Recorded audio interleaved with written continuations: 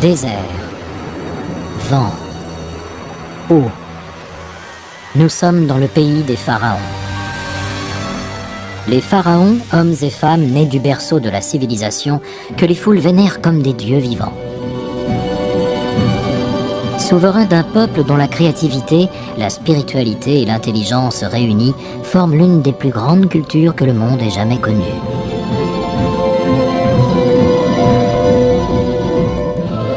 À travers 3 millénaires de règne sur l'ancienne Égypte, ils dressent à leur propre gloire, comme à celle de leur dieu, les monuments les plus imposants qui soient.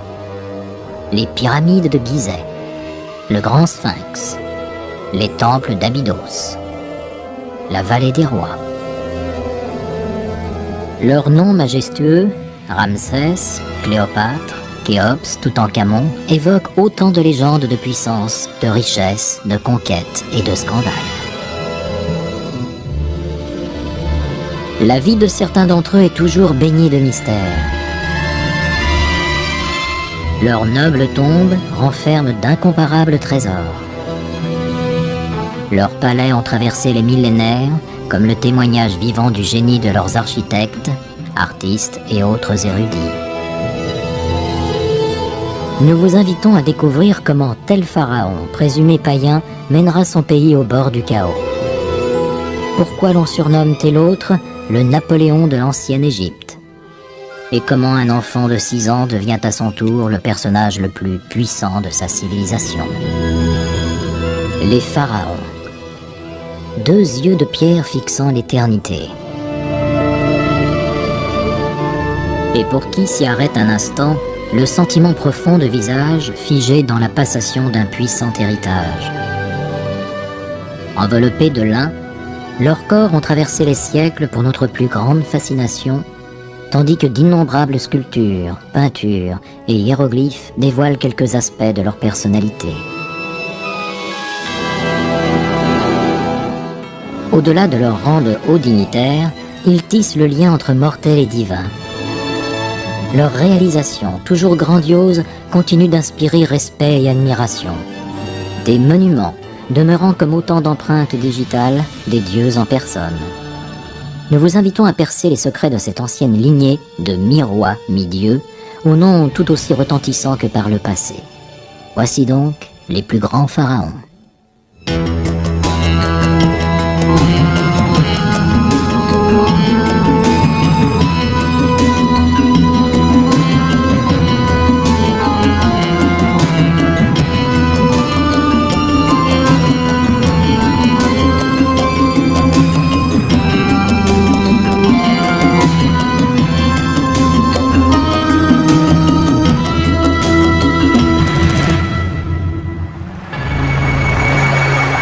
Le Nil et le secret de ses courants.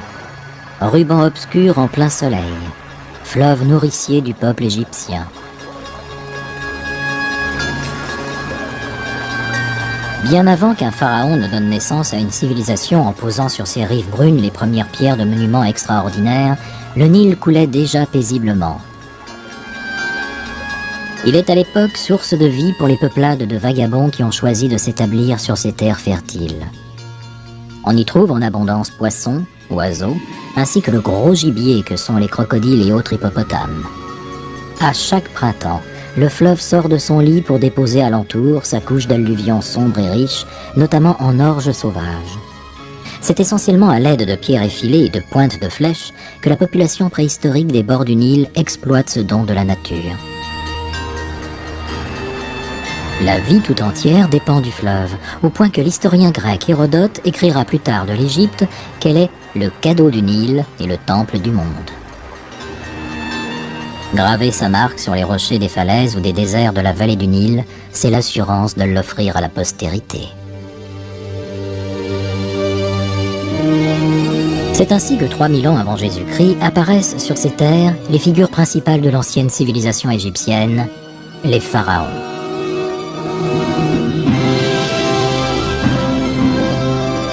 Les terres qui bordent le Nil se divisent naturellement en 2 régions distinctes. Le segment le plus étroit de la vallée qui s'étend en direction du nord du continent africain s'appelle la Haute-Égypte. alors que la région luxuriante du delta du Nil, dont les multiples bras se jettent dans la Méditerranée, se nomme la Basse-Égypte. Toutes deux forment le pays d'Égypte que nous connaissons. Protégée par les déserts qui l'enserrent, la vallée haute et étroite du Nil avec ses monuments, la trace de ses inscriptions et le développement d'une religion et d'une philosophie mystique est la terre des pharaons. Le mot pharaon signifie simplement belle et grande maison. Les pharaons ont pour mission d'imposer leur suprématie spirituelle et politique sur tout être vivant sous leur autorité.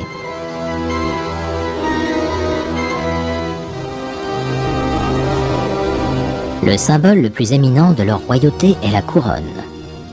Tandis que la couronne blanche, fine et longue coiffe au bout arrondi confère à son porteur le titre de souverain de Haute-Égypte, la couronne rouge reste l'apanage du chef de Basse-Égypte.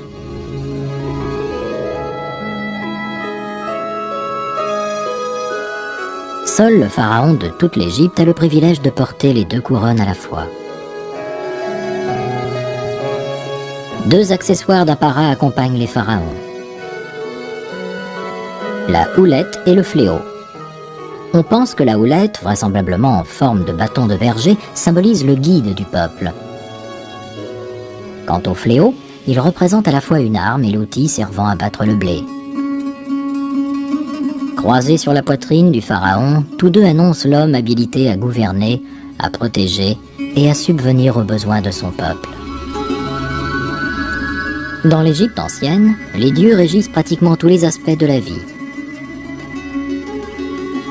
Ils sont souvent représentés par un animal, à l'image de la crainte mêlée d'admiration avec laquelle les habitants du Nil considèrent les bêtes partageant leur espace vital. Mais si l'on attribue au pharaon au pouvoir l'incarnation d'Horus, dieu solaire à tête de faucon, la vie terrestre ainsi que l'ordre de l'univers relèvent d'une force appelée Ma'at.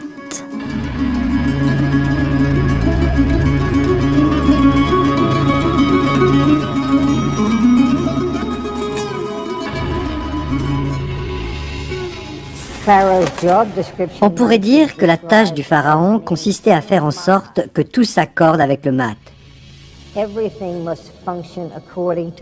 À défaut de quoi l'univers organisé, tel qu'il le connaissait, risquait d'imploser en un chaos aussi bien terrestre que cosmique. Le rôle du pharaon consistait donc à coordonner les efforts divins et humains afin de rester en phase avec le Ma'at. Il avait une fonction très importante, celle de contribuer à préserver l'univers.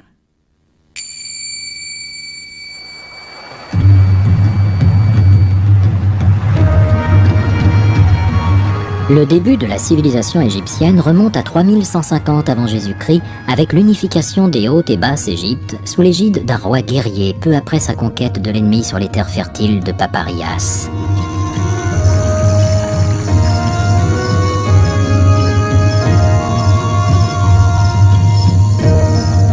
On doit cette découverte à une splendide palette de schiste vert foncé mise à jour lors de fouilles entreprises à Hierakonpolis, alors capitale de la Haute-Égypte, sur la rive ouest du Nil.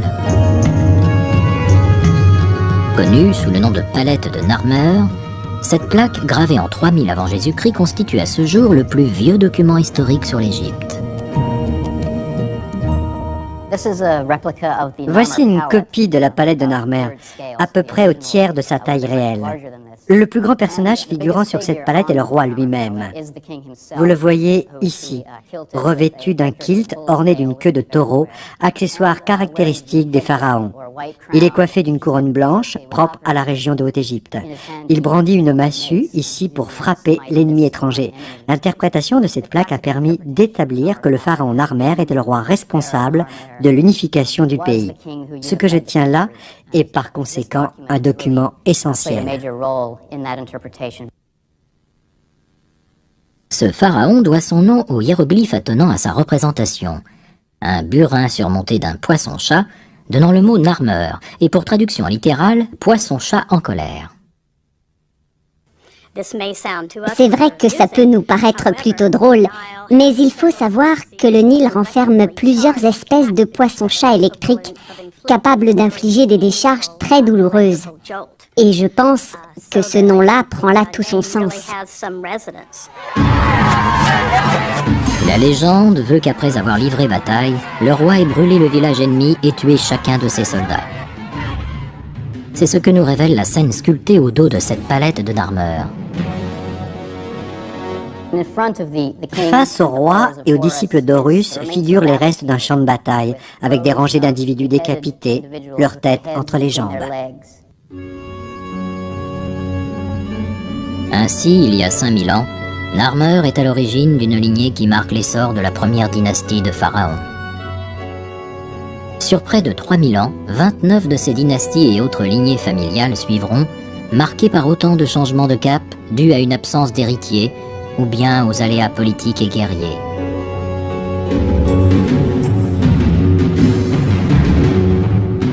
Il est probable qu'afin d'asseoir sa conquête, le pharaon Narmer ait épousé une princesse originaire du Nord.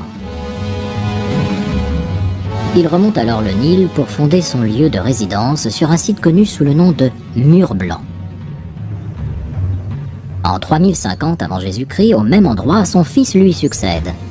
Celui-ci, dont le nom retrouvé sur un simple tesson de poterie signifie « faucon qui combat », est le pharaon Or-Aa.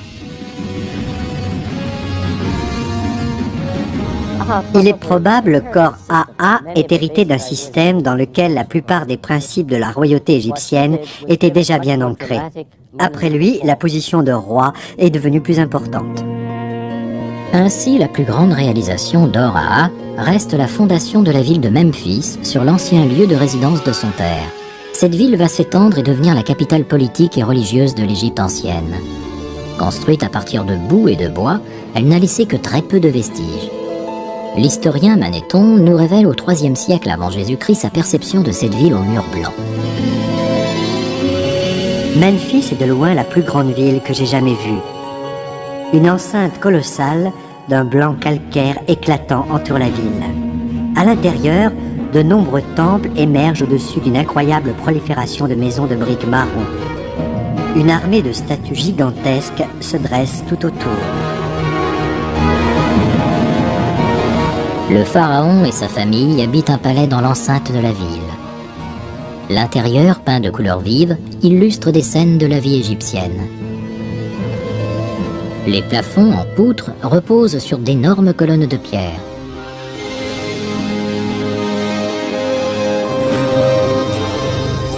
La journée du pharaon débute par le bain rituel auquel assiste sa suite et des membres de sa cour.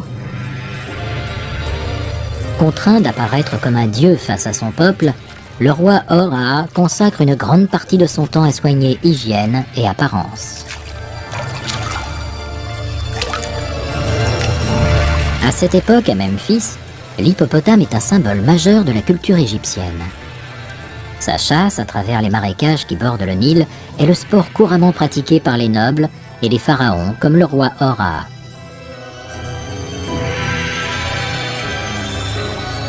C'est précisément au cours de l'une de ces chasses que ce dernier trouve la mort à l'âge de 62 ans. La légende, racontée par un prêtre de l'Antiquité, veut qu'il ait été emporté dans la gueule d'un hippopotame. Mais est-il réellement décédé de cette manière ?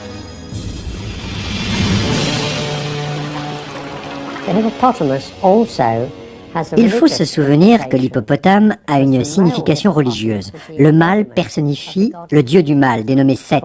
C'est un prêtre qui a permis de transmettre cette histoire et l'on se demande s'il n'y a pas derrière elle, d'une manière ou d'une autre, l'image du roi emportée par une incarnation du mal. Peut-être que le pharaon n'est-il mort à 62 ans que de sa belle mort. Une mort que les anciens ont préféré attribuer au dieu Seth, responsable également des violentes tempêtes du désert et dont ils sont habitués à solliciter la clémence. Il est probable qu'on n'en saura jamais plus sur la cause réelle de sa disparition. On pourra toujours partir à la recherche de quelques indices en visitant sa tombe située sur l'emplacement d'un ancien cimetière à l'entrée du désert.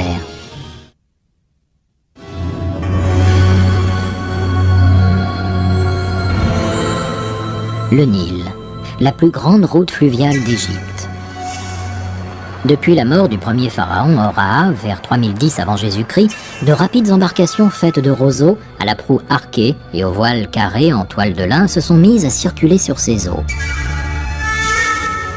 C'est probablement à bord de l'un de ces bateaux poussés par les vents de la Méditerranée que la dépouille mortelle d'Horaa aura parcouru les quelques 480 km qui séparent vers le sud son palais de Memphis du lieu saint d'Abydos.